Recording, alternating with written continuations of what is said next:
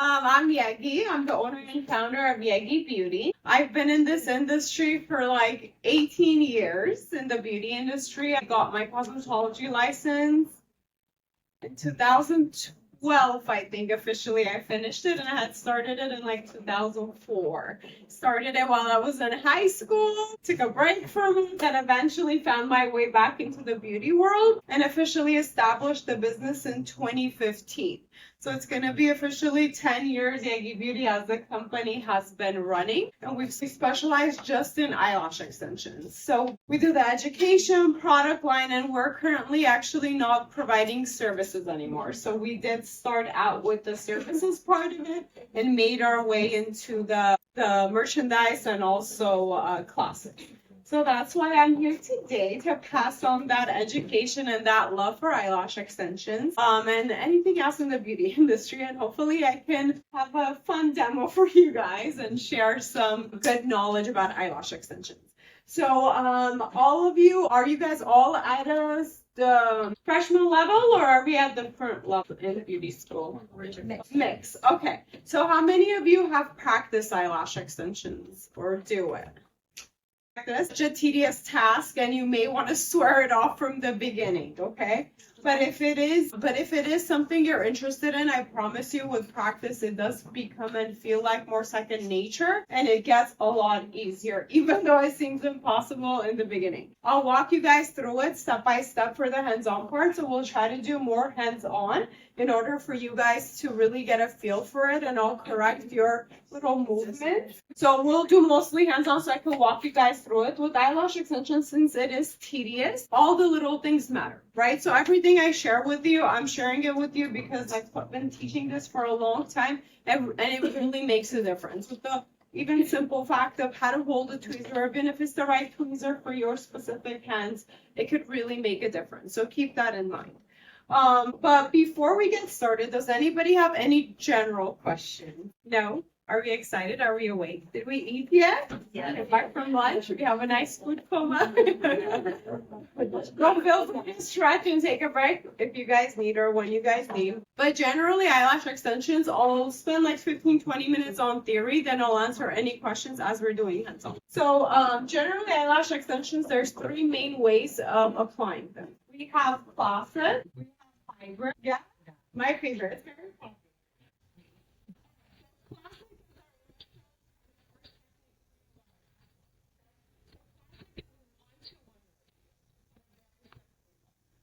One extension on top of one natural eyelash. And there's also sometimes misconception is the eyelash glued on top of the eyelash, on the skin, in between. Where does it go, right?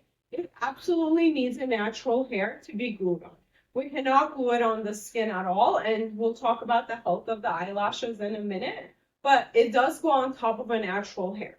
So the look and the amount of extensions applied is really dependent on the client's natural eyelashes as well. So we always want to keep that in mind. But before we jump into all of that, classic is 1-to-1 ratio, which means one piece of eyelash extension hair literally just looks like a one natural hair on top of the one extension on top of the one natural eyelash. Next, I'll talk about the volume. So the volume is multiple eyelashes on top of one natural hair. So it could be 2, 3, 5, 10, 20, and I'm not exaggerating, on top of one natural eyelash. But of course, the lightness or the size of the eyelash extension we use for those bigger fans will vary, and again I'll clarify that for you guys. Multiple extensions on top of one X or more between a classic and a volume. So some of your natural eyelashes have one and some of them have a fan.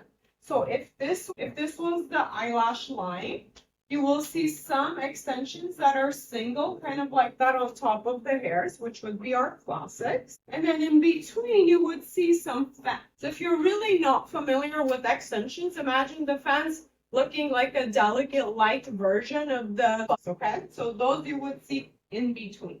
So this is what we need. Play around with the ratios. Normally, the average hybrid will be 50-50, so 50% classic, 50% volume.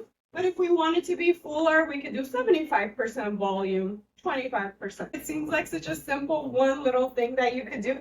They are so customizable. to the millimeter, right? So you could get any look that you want, and that's when your creativity and your art goes into it. You guys have just seen like one style for every client. That is not what we're aiming for. Imagine the amount of different brands and like strip eyelashes. That's how many and like a trillion varieties you can come up with extension styles. It's a matter of having the right training and having your preference and design based on that client's face shape, eye shape, and what would suit them and their preference. Let's say a mix between classic and volume. Said volume is anything more than 2+, and you guys might have also heard of mega volume, for example. So once we kind of go up 7 eyelashes, so it's 7 pieces of hair to make that band, we'll consider this mega volume. But that's still falls. And for volume, if you guys see 2D, 3D, 5D, 6D, that's what determines this number. And that's how many eyelashes are within that fan. So what would this fan be called? Anybody? 4D. Perfect. So this would be a 4D. Now this is your kind of base of eyelash extensions. Do you guys have any questions? No? Okay. So next we'll kind of cover the designs, right? So there's basic shapes and designs we could do within each style. So this next one, the shapes like a round shape or a cat eye or a wispy, all those designs could be applied to either classic, hybrid, or volume. So think of this as kind of like the fullness, not the shape or the look of it, okay? Any questions so far? No, easy enough. Now the shape, right? So our two base shapes are doll eye or cat. So doll eye is more of a round shape, and it's going from short to all the way along short. Your kind of base round shape. Then we have the cat eye.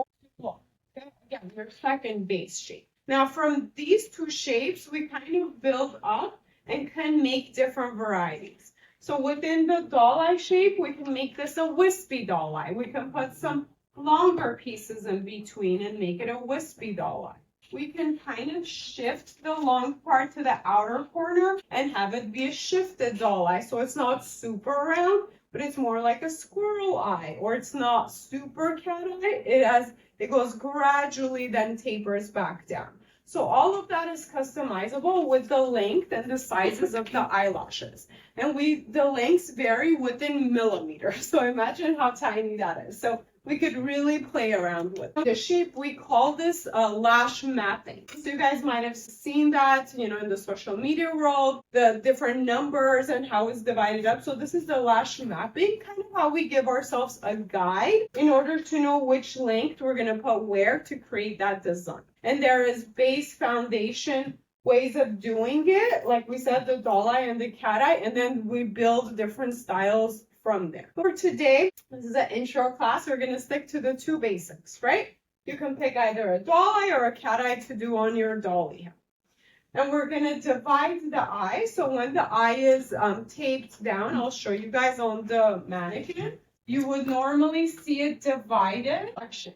And we would give it a number. So if this is the cat eye, we can go from short to long. The average medium length mapping would be 8, 9, 10. And that's how we know in this areas we put the length 8, 9, 10, 11, 12 to get that shape.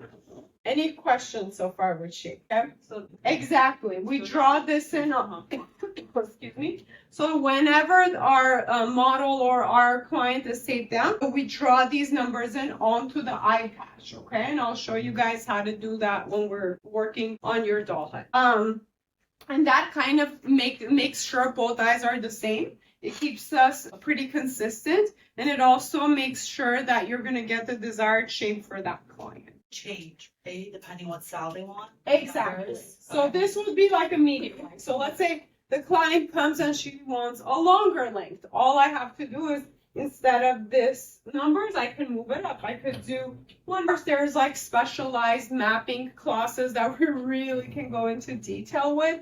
My best advice for you will be in the beginning. There's also a bunch of free information online as well. You can take a look at a picture. If you see the numbers and you like that look, you can play around and try that look. But let's say this is something you love to do. You really want to know everything about it. Then after practicing a little bit, I would take like a specialized class or training So you could really get into the nitty-gritty with the mapping, with eye shapes, face shapes, okay? But you don't need all of that when you're first starting. Right now, all you guys need to know is the two basic shapes so we can start working on the application, okay? All right. We talked about that there's different lengths. So for eyelashes, actually, also, there's 3 different kind of sizes that determine what that eyelash is. So we have a length, a curl, and a thickness, right? So we talked about the length already. So that usually you'll see it in the millimeter size, and it's the easiest to determine. You'll see like 9 millimeters, you'll see 12 millimeters. Anytime you see those numbers on the sticker on the box, you know that box is just those lengths.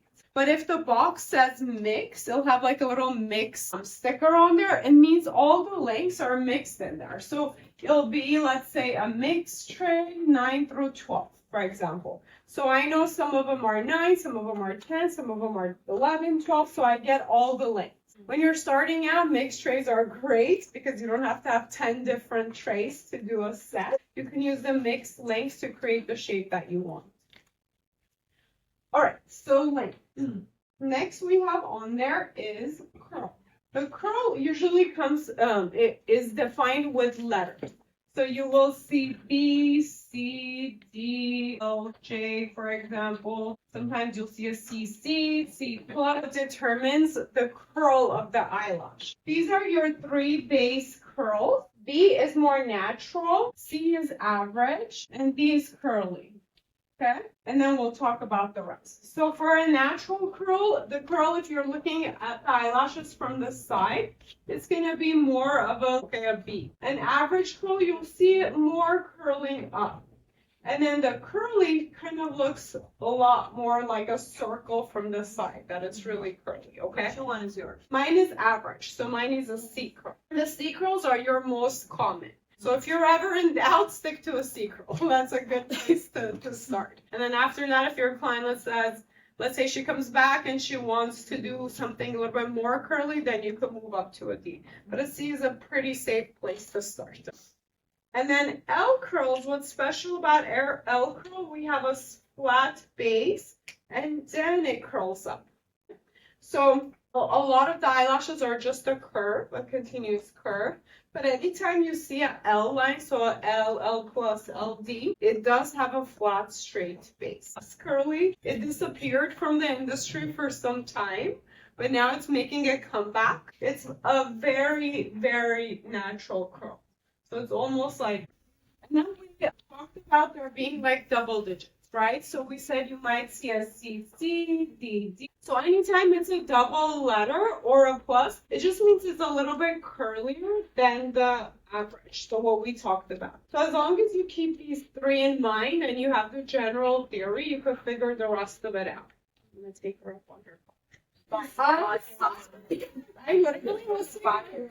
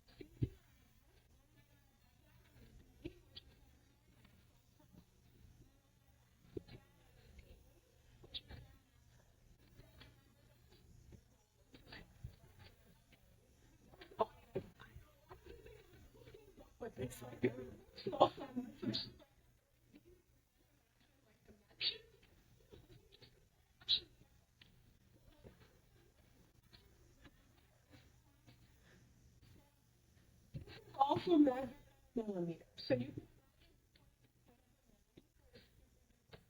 so let's